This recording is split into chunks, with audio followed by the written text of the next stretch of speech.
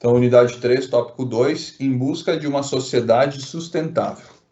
Atualmente, podemos dizer que estamos vivendo um momento ímpar da história da humanidade, pois as inovações e mudanças têm alcançado um ritmo que não fora presenciado anteriormente.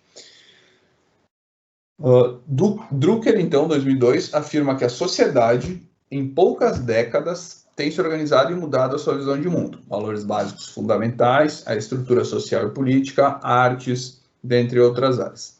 E além dessas transformações ou inovações, ainda é relevante mencionar as mudanças ou novas perspectivas que ocorrem no seio da própria sociedade.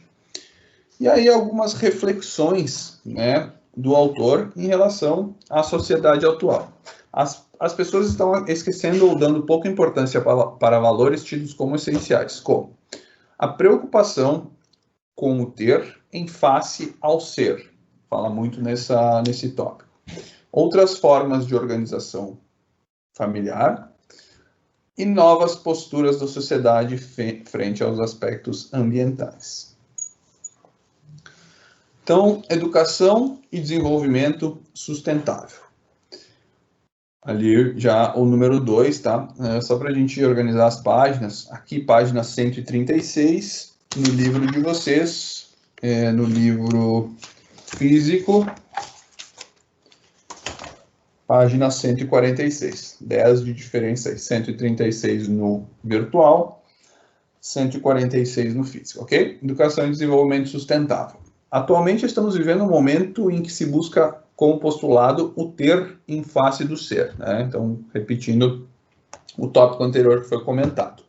Basta você fazer um exercício mental e verificar se, na última década, quantos produtos novos ou serviços foram lançados para satisfazer as necessidades humanas ou instigar o ser humano a ter novas necessidades, né? Acredito que aqui o principal, né, não é nem o produto que se cria, né, mas a necessidade que se cria. Então, o tênis, todo mundo, né, que trabalha, enfim, tem uma renda, tem a condição de comprar um tênis, ok? Mas aí eu começo a fazer corrida, certo?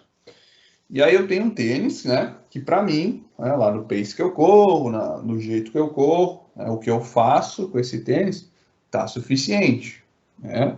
Mas aí eu vejo o corredor da maratona lá usando o tênis que é diferenciado, né? E aí a partir dessa diferença que fez para ele aí, segundo, né, aquela diferença, o marketing que é feito em cima disso, é uma diferença virtual, né? Vamos dizer assim, talvez não realista, ok?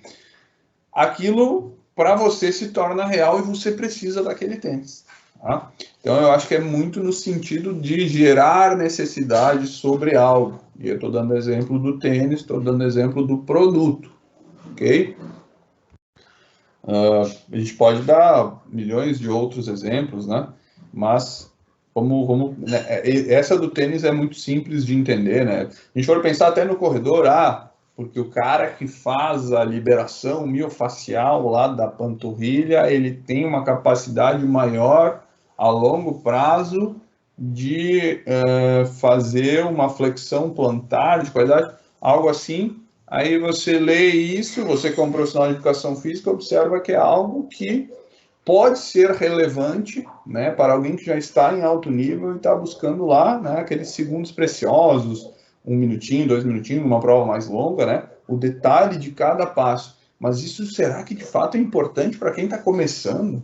Né? Quem está começando, será que o simples fato de dormir mais cedo, sabe, se alimentar melhor e tal, não vai fazer muito, a diferença não vai ser muito maior do que o tênis lá, né, do que a massagem, enfim, outras diversas coisas. Então, acho que é muito nesse sentido. Essa questão do marketing, do consumismo, está muito mais ligado ao que não é uma necessidade, tá? Mas ela parece ser uma necessidade, ok? É algo que não é de fato necessário, mas querem dizer que é. ok? E muitos de nós caímos, né? Eu me incluo nisso, porque muitas vezes uma ou outra coisa eu também penso assim. Podemos dizer que atualmente vivemos num período onde não mais se diria penso, logo existo, mas sim consumo, logo existo. Vivemos em uma era do consumo. É uma reflexão aqui, acredito que seja muito verdadeira, né? Nem todas as pessoas são assim, mas a gente vive num mundo consumista, né? Um mundo capitalista que ultrapassou algumas fronteiras aí, tá? E aí, entrando um pouquinho sobre a questão ambiental que é colocada no tópico do livro, tá? De acordo com Franco, tá? A PUD Trasferetti, ok? Quando tem a PUD, vocês vão aprender, alguns de vocês já sabem, né? Quando é a PUD, então, é o Franco citado pelo Trasferetti, ou é o Franco citando o Trasferetti. Agora não tenho certeza, fiquei em dúvida, tá? Porque aí está entre parênteses, eu acho que é o Trasferetti citando o Franco, enfim, tá? Aí não cabe a isso agora, mas é algo que a gente vai aprender, vocês vão aprender. Atualmente, as empresas são questionadas pela comunidade que deseja ser informada sobre assuntos ecológicos e morais, tais como poluição, desperdícios de recursos naturais, vantagem tirada de crises, abuso de autoridade, segurança de usuários e consumidores, qualidade de vida, pagamentos inadequados. Essas questões têm deixado muitas organizações em alerta quanto às formas de usufruir dos recursos naturais, face às exigências da sociedade, dos tratados ou da legislação, havendo a tendência de redirecionar suas condutas perante as formas de conduzir os negócios. É uma questão talvez um pouco subjetiva, né? Vamos dar uma moral para quem escreveu, enfim, né? E pensar no sentido de que talvez a sociedade, talvez a população comece a pensar de uma forma mais ambiental, né? Não sei se é de fato uma realidade, acredito que parte da população sim, né? Cada vez mais a gente tem pensado mais nesse sentido, né? O próprio pensar em jogar lixo no chão, né? De cuidar para não deixar depositado na natureza, principalmente plástico, né? Coisas que não degradam a curto prazo, enfim, o que é coisas inorgânicas, né? O inorgânico na natureza. Então, nesse sentido, ok. Tá? Baixando um pouquinho mais, tá? Ainda falando sobre o ambiente, então, citado, então, Andrade, Tachizawa e Carvalho, 2002. Um dos maiores desafios que o mundo enfrentará no próximo milênio será fazer com que as forças de mercado protejam e melhorem a qualidade do ambiente. Então, isso ele citou lá em 2002, tá? Acredito que ele esteja citando o próximo milênio, o atual, né? Possivelmente o atual, ok? O próximo milênio, né? Sem dúvida, a gente está começando o milênio. Então, no sentido de que o mercado ele pense nessa questão ambiental. Okay? Hoje em dia a gente já enxerga isso, já vê isso, não sei se é dominante no mercado, mas sem dúvida tem desenvolvido. Okay? Conceito de sustentabilidade, então, Moura, cita em 2000, então, 21 anos atrás, né? A afirmação é: conceito de sustentabilidade estará ligado, em primeiro lugar, ao uso racional do recurso, evitando-se desperdícios e adotando processos de recuperação e reciclagens. Este último, bastante aplicável aos metais. Em segundo lugar, a sustentabilidade poderá ser buscada através do desenvolvimento de novas tecnologias, procurando-se substitutos mais eficientes para os materiais esgotáveis. Acho que aí está um pouco mais de acordo, né? Então, adaptação para materiais mais sustentáveis, né? A reutilização. Então, nesse sentido de sustentabilidade, sim, né? Empresas, enfim, a gente começa a pensar mais nesse sentido, ok? É muito de ponto de vista, acredito que seja o ponto de vista correto, mas, né? E aí, tudo isso que eu questiono vai ao encontro disso, né? Então, aqui mostra sacolas ecologicamente corretas, tá? Qual o percentual da população, então a gente vê no dia a dia, né, os próprios hábitos nossos, que usa uma sacola reutilizável, reciclável, ecológica, né? Eu tinha até uma colega, prof, também, que fazia essas sacolas, né?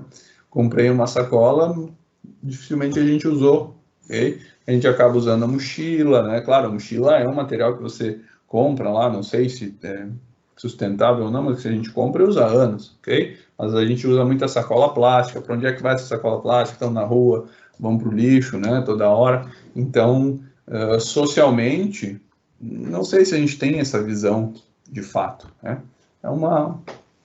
É algo que dá para contestar, que o autor coloca ali, e nós, né, vocês acadêmicos, nós pensadores dentro de uma faculdade, a gente tem o direito e a obrigação de questionar também sobre isso. Tá? Tem um texto que fala sobre educação ambiental, cidadania e sustentabilidade, leiam também, tá? Tem material interessante, esse eu já li também. Vamos lá, educação. Aqui o autor fala um pouquinho sobre educação voltada para o trabalho, tá? Ele primeiro contextualiza um pouco sobre a educação por si só. Então, pelo menos por força de lei, na Constituição Federal de 88, a educação é um direito de todos, algo que na história, via de regra, era direito de um número reduzido de pessoas, as quais tinham condições econômicas para dedicar-se aos estudos e com interesses pré-determinados, tanto sociais, políticos e econômicos. Isso a gente viu lá no tópico 1, né? Tópico 1 era aqui, falou-se de Marx, de Weber, enfim, né? Tinha bastante coisa nesse sentido. Foi bem interessante o tópico 1, né? Ele é muito teórico e histórico, mas ele mostra algo que reflete muito nos dias de hoje, né? Então, se a gente for pensar nesse parágrafo que eu acabei de ler para vocês, ele faz todo sentido, ele faz quase uma rebuscada do tópico 1, né? Faz uma linha do tempo pelo livro, ok? Aí, complementando, tá? Aqui tem o capítulo, né, que fala sobre o direito à educação. A educação, direito de todos e dever do Estado e da família, será promovida e incentivada com a colaboração da sociedade, visando ao pleno desenvolvimento da pessoa, seu preparo para o exercício da cidadania e sua qualificação para o trabalho. Brasil, 1988, então, também em relação à Constituição de 88, né, essa é a parte que fala sobre educação. Vocês podem ver, né? Então, é o pleno desenvolvimento da pessoa, cidadania e qualificação para o trabalho. Então, na Constituição, né, Federal brasileira tem essa indicação, essa orientação da qualificação para o trabalho, ok? E aí, complementando, tá? A LDB de 96, que permeia, né, sobre várias leis da educação, princípios e fins da educação nacional. Educação é dever da família e do Estado, inspirada nos princípios de liberdade e nos ideais de solidariedade humana. E tem por finalidade o pleno desenvolvimento do educando, seu preparo para o exercício da cidadania e sua qualificação para o trabalho. Então, basicamente, pegou o texto da Constituição, né, mudou ali algumas coisas, acrescentou, né, princípios de liberdade, ideais da solidariedade humana, complementou e criou, então, a lei, né, a LDB, esse parágrafo que está inserido lá, certo? Então, fazendo esse contexto, pessoal, aí entra um pouquinho de discussão, tá? A educação para o trabalho é desafiadora, pois deve educar, conforme a legislação, para o mercado de trabalho, o qual, em termos de futuro, não sabemos ao certo como será e o que será exigido do indivíduo. Principalmente hoje em dia, né? A gente não sabe, de fato, óbvio que a gente está numa profissão que ela está tendo algumas mudanças, mas basicamente é a interação com o aluno que interage com o corpo, né? É algo muito sinestésico, é algo muito presente. Mesmo na educação física online hoje, né, o professor à distância, enfim, isso ainda é muito presente. Então, talvez a gente mude, mas não tanto, né? Mas outros setores da sociedade, né, outras profissões têm acabado, tá, com o avanço das tecnologias. Então, nesse sentido, que prepara para o mercado de trabalho, mas o mercado talvez nem vai mais ter no futuro, enfim. Ok? Em termos estratégicos, aí é um pensamento de Silva e Urbanesque, tá? Esse parágrafo, essa colocação. Em termos estratégicos, uma nação com educação de ponta terá possibilidades ampliadas para estar competindo com outras nações ou organizações.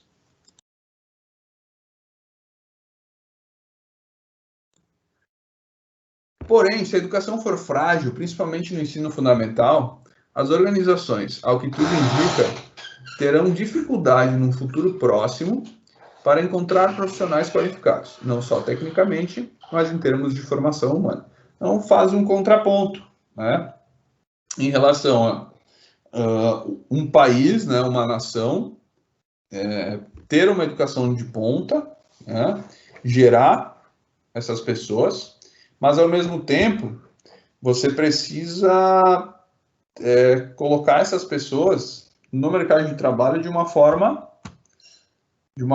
que funcione, né? De uma forma funcional, ok? Então, se você prepara para algo que de fato mais para frente não vai existir, você tem que estar sempre reciclando, né? Então, nesse sentido que o autor cita aqui e fala, pessoal, só um pouquinho que eu vou abrir a porta aqui.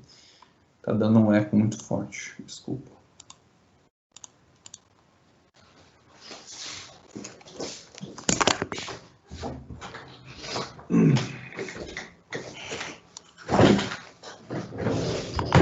Só seguindo.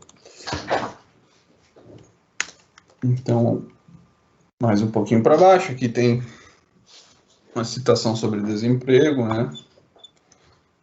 Os robôs na solda, então evolução principalmente na indústria, que é o que a gente vive hoje, tá? Legal. Então, depois de falar sobre a formação do educando para o mercado de trabalho, o conteúdo do livro ele questiona o porquê nós aprendemos. Qual a finalidade da educação? Qual a finalidade do conhecimento? Então, para Goldman, 2001, o objetivo fundamental da educação, e aqui é muito importante a gente ter esse entendimento, isto é, dos sistemas escolares, em todos os níveis, é de prover os estudantes com conhecimento e desenvolver habilidades intelectuais, que elevem as suas habilidades de aquisição de conhecimento. Então, aqui é uma reflexão sobre não preparar somente para o mercado de trabalho, e sim preparar o conhecimento, preparar o intelecto, a reflexão, de uma forma muito mais ampla. Tá? Então, quando a gente reflete sobre esse texto aqui, é a amplitude do conhecimento, tá? Ok? Muito acima de apenas preparar para algo, muito acima do técnico, e sim do intelectual de uma forma geral. No Brasil, Cortella, 1998, menciona que o cerne e a finalidade da atividade pedagógica é o conhecimento. Okay? Então, nós pensamos muitas vezes, né? E aí é uma reflexão que a gente pode fazer de uma forma bem simples. A gente pensa muitas vezes, por que eu faço educação física? Qual a finalidade? A finalidade é para eu poder trabalhar lá no lugar onde eu quero. Para eu ser o treinador, para eu ser o preparador físico, para eu ser o professor da academia, para eu ser personal trainer, ok? Então, essa é o meu objetivo final, essa é a atividade fim, quando, na verdade, segundo ele, o final, né, o final é o conhecimento. E o conhecimento se dá como? Com o processo. Então, se pensa muito no que eu quero, onde eu quero chegar, e muito menos no como. Tá? Então, pensar no como, pensar no conhecimento, pensar em algo mais amplo. A partir daí, e aí é experiência própria, quando a gente se prepara para mais do que uma coisa, e sim, nós temos que ter o objetivo final, abrem portas que às vezes a gente não imagina, ok? Porque a gente está se preparando para algo maior, né? Então, é muito nesse sentido de se preparar o intelecto, tá? Então, o conhecimento é a linha, é o fator principal na educação, e não o objetivo final, que seria ser algo, ser alguém, ter um trabalho. Okay? Porque ter esse trabalho ele pode ser temporário, alguém pode tirar ele de você. Né? aí você vai ter que buscar outro lugar, ó, você pode trabalhar na mesma coisa, mas especificamente num lugar, você pode ter que mudar. E aí uma citação do mesmo Cortella: toda educadora e todo educador tem uma interpretação do conhecimento. O que é, de onde vem e como chegar até ele. Ora, a interpretação nem sempre é consciente e reflexiva e, no mais das vezes, é adotada sem uma percepção muito clara de suas fontes e suas consequências. O Cortella, vocês sabem, né, aquele senhorzinho, aparece no YouTube, aparece na TV, no Facebook, enfim, né, fala, ele está sempre falando, tem algumas características muito próprias, é bom ouvir ele também, eu gosto. Ok, o quinto, número 5 ali, final, tá, para a gente finalizar a aula de hoje. Eu falo que é 15 minutos, mas eu sempre passo, né? As gerações na escola. Desafios para o professor. Aqui é bem legal, tá? Que é uma discussão que se tem muito. Dificilmente eu assisto a Globo, dificilmente eu assisto Fantástico, tá? Não sei quando tem alguma coisa de esporte, mas há um tempo atrás, eu acho que já faz um ano, um pouco mais, eu lembro que teve uma reportagem sobre as gerações X, Y, Z, ou Y, Z, que seriam as últimas, né? E aí a discussão é um pouquinho nesse tópico aqui sobre isso, tá? Então vamos lá. Gerações na escola. Desafios para o professor. Imagine as mudanças recentes que aconteceram na sala de aula, como, por exemplo, multimídias, DVD ou até mesmo os alunos com aparelhos tecnológicos da última geração. Isso tem mudado muito as interações educacionais na sala de aula. Isso, a gente está falando de educação de base, né? Educação infantil, educação fundamental, o ensino médio, tá? O ensino de base. Pensem vocês hoje, né, como vocês estudam, como vocês aprendem através de uma plataforma, com um professor mediador, com um polo que dá suporte dentro de casa. Óbvio que é semipresencial e nós teremos encontros, ok? Mas mesmo que nós tivéssemos encontros, seria uma vez por semana, e aí vocês têm outro tempo para estudar durante os outros dias. Onde? Nessa mesma plataforma, com o mesmo mediador, com a mesma gestão do polo. Então, o quão está diferente para nós, imagina, na sala de aula, né? Como os profs enfrentam essa novidade, essas tecnologias, e como a gente, como prof, tem que estar pensando nisso. Então, vamos lá. Uma das discussões que se tem feito presentes, às vezes eu falo muito rápido, são as formas de pensar, agir e ver o mundo das gerações atuais, principalmente as recentes, designadas de geração X, Y e Z. Quem é a geração X, Y e Z? E o que tem a ver com a educação? E mais, com a sociologia da educação? Então, basicamente, pessoal, para a gente tentar separar no contexto histórico, mesmo que essas gerações, elas se misturem, né, conforme classe social, conforme local que mora, enfim, né, são muitas as coisas que podem mudar isso, mas de uma forma geral, tá? Geração X, quem nasceu entre 1965, tá? As pessoas que têm hoje aí cerca de 55 anos, tá? Até 1978, ok? Vocês têm alguém dessa geração, né, aqui na aula hoje? Deixa eu olhar para vocês. Não, acho que não tem, tá? Então, geração X é a geração antes da nossa, ok? Todos da nossa turma hoje, não sei se um de vocês seja 2000, eu acho que não. Tem colega na turma que seja 2000, mas aqui hoje não. 1980, 1999, que seria a geração X, ok?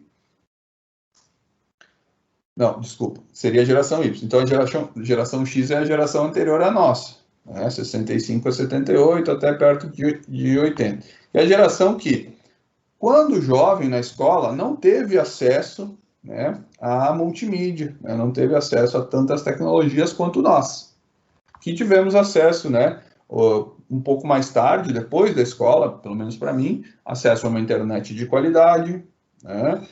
Eu, fazendo faculdade, tive acesso a uma internet, não era de qualidade como é hoje, né? Nem hoje não é tão boa assim, mas já melhor, né? Tendo o acesso em banda larga, ok?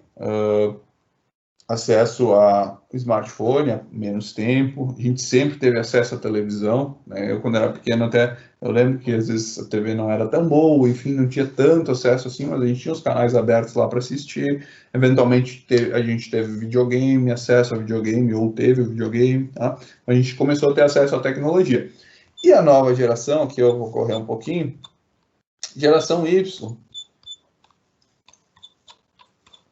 Deixa eu ver se aqui embaixo, isso. Geração Y, então, que aí, a geração Y, essa nossa, né, ela propõe com seu comportamento insubordinado uma mudança no paradigma administrativo. Então, nós, nessa geração, segundo o autor, e aí pode ser que o pessoal de 80, menos, e agora o pessoal de 90, né, que já muda bastante, um pouco mais, a gente já não trabalha, teoricamente, segundo o conteúdo, né, não trabalha apenas para a sobrevivência, né, sendo que as gerações passadas trabalhavam para poder sobreviver, trabalhavam para poder comer. Nós trabalhamos para poder sobreviver, para poder comer, mas a gente não quer só comida, a gente quer comida, diversão, arte, né, eu falava o Titãs, quer coisas a mais. Okay? Então a gente busca mais. Certo? Eu falei Y várias vezes, eu repeti, eu acho que o texto ele não cita de forma direta geração Z, tá? Deixa eu ver aqui mais para baixo, talvez tenha alguma coisa. Ah, aqui embaixo eu coloquei, sim. Geração Z... Não, desculpa, aqui é o último tópico que eu nem vou comentar. Geração Z, então, pessoal, é basicamente essa última geração que já nasce com o smartphone na mão. Então, já mudou um pouquinho. Já nasce lá com o smartphone na mão, já tem acesso desde pequenininho ao YouTube, né? Os que não tinham, nasceram lá em 2005, 2006, não tinham acesso ao YouTube, mas já tinham os videozinhos lá de galinha pintadinha. Então, já vive na frente nesse mundo tecnológico